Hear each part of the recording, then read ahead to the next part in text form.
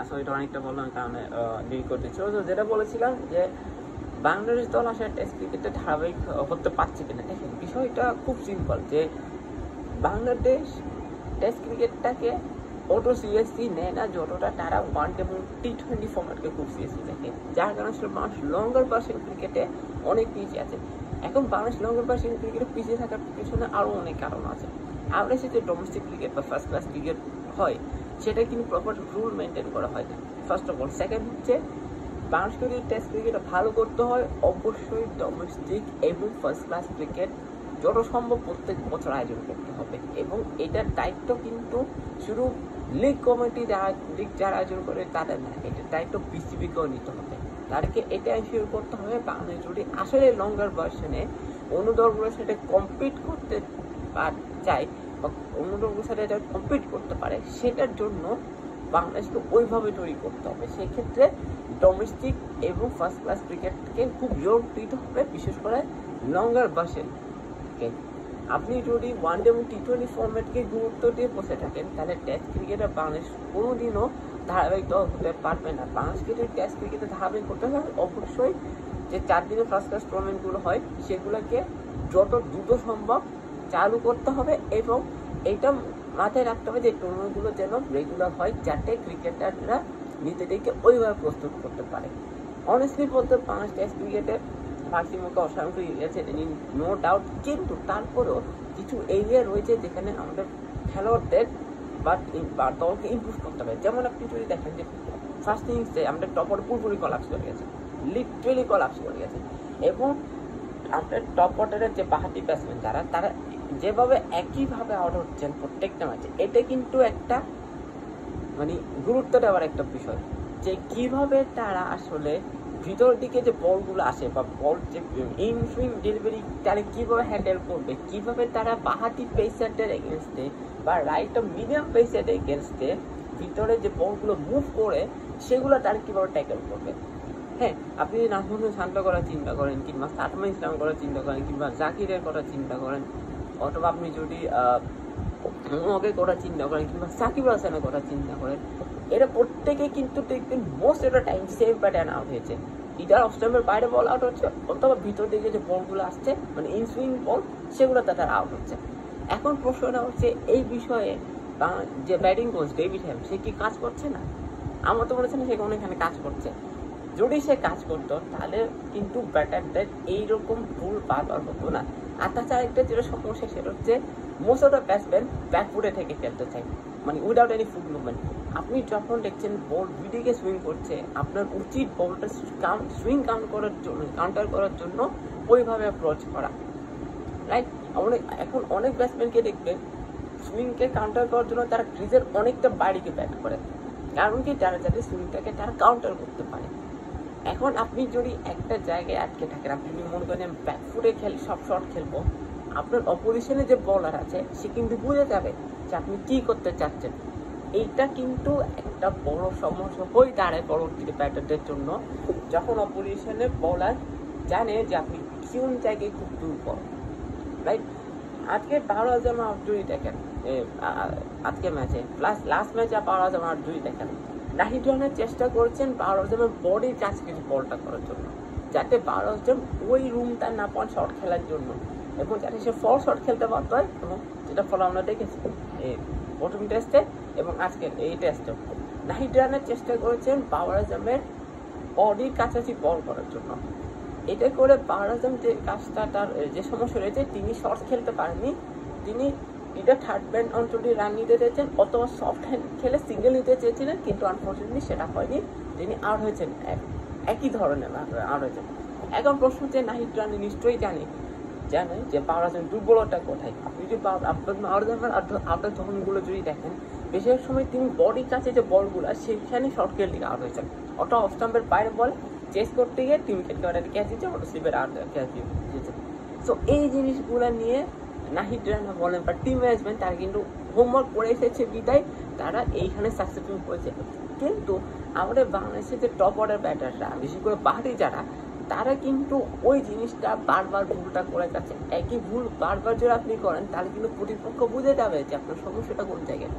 যেমন বিরাট কোহলির কথা যদি আমি এখানে বলি, 2014 ইংল্যান্ড টোরে বিরাট কোহলি অফ স্টাম্পের বাইরে বলে প্রচুর আউট হচ্ছেন এবং একটা সময় তিনি খুব ডিপ্রেশনে চলে গেছিলেন।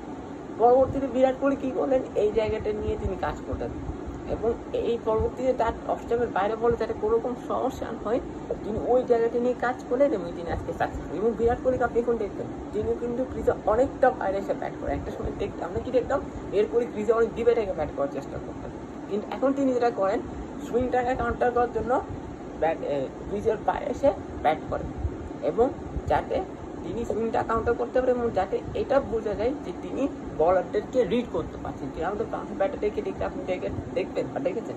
এই যে এই ছোটখাটো জিনিসগুলো নিয়ে যদি এখন থেকে কাজ না করা হয় তার কিন্তু ইন দ্য ফিউচার এর থেকে আরো বড় সমস্যা হতে পারে আমাদের ব্যাটারদের জন্য, বিশেষ করে টপ অর্ডারের জন্য। আর এটা যে লিটন দাসের কথা একটু কিছু বলেছি। লিটন দাস টেস্ট ক্রিকেটে undoubtedly one of best player, no doubt, কিন্তু হোয়াইট বল ক্রিকেটের কেন যে তার পক্ষে খুবই ডাউন। আপনি যদি একটা জিনিস চিন্তা করে দেখেন, লিটন দাস কিন্তু টেস্ট ওপেনিং করে না, তিনি টেস্টে ব্যাট করে হচ্ছে 6-7 নম্বর পজিশন, কিন্তু ওয়ানডে টি20 ওপেনিং করতে হয়। এখন প্রশ্নটা হচ্ছে অনেকে এটা বলতে পারেন যে লিটন দাস কেন ওয়ানডে বা টি20 ওয়ান ডাউনে ব্যাট করে না।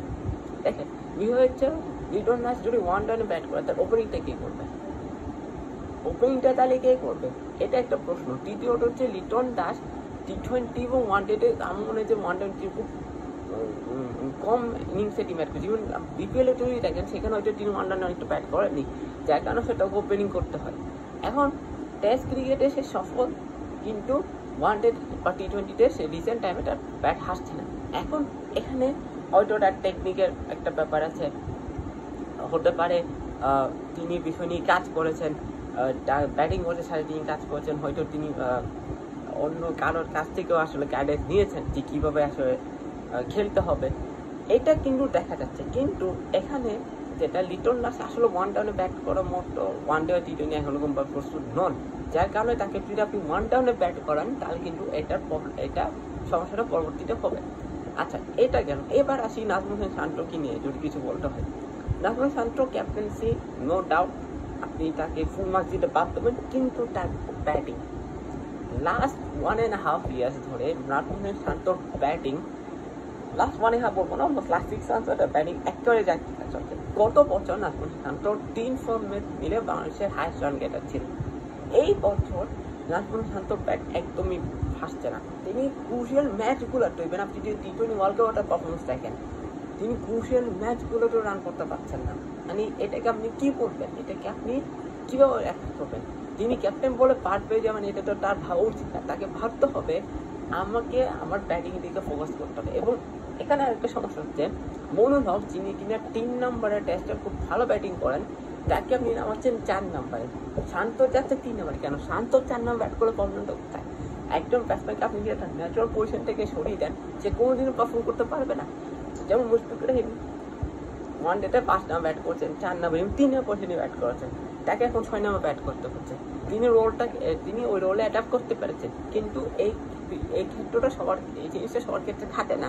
মনুল হক 3 নম্বরে পাশে আপনি তাকে 3 নম্বর ব্যাট করেন, আপনি তাকে 4 নম্বর ব্যাট করে আপনি যদি তার ক্যারিয়ারটা শেষ করে দেন, তারা তো হতে পারে না। রাইট?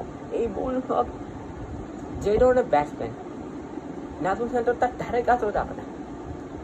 আমি মনুল হকের সাথে নাজমুল শান্তর কম্পারিজন করার মনুল হককে অপমান করছি। দেখেন, আমি কেন কোন ক্রিকেটারকে ছোট করে দেখছি না, কিন্তু অ্যাজ আ ফ্যান বা as a neutral cricket fan এটা বলতে পারি যে নাজমুল হোসেন শান্ত ব্যাটিংয়ে অনেক রকম সমস্যা, যেটা টেকনিকের সমস্যা রয়েছে, কোন সময় তিনি কোন শট খেলবেন তিনি সেটা জান না, কোন বল তিনি লিড করবেন, কোন বলে তিনি চার্জ করবেন, কীভাবে তিনি অ্যাপ্রোচ করবেন, এই জিনিসটা তিনি জানেন। এগুলো হচ্ছে ক্রিকেট একজন ব্যাটসম্যানের কিছু বেসিক জিনিস জানতে হয়। এই বেসিক জিনিসগুলো শান্ত জানেন না বিদায় তিনি সবসময় একই ব্যবহার এবং প্রত্যেকটা ম্যাচে তিনি একই ভুলটাই করেন, যেটা মনুল হক আপনি দেখবেন সে করবে না।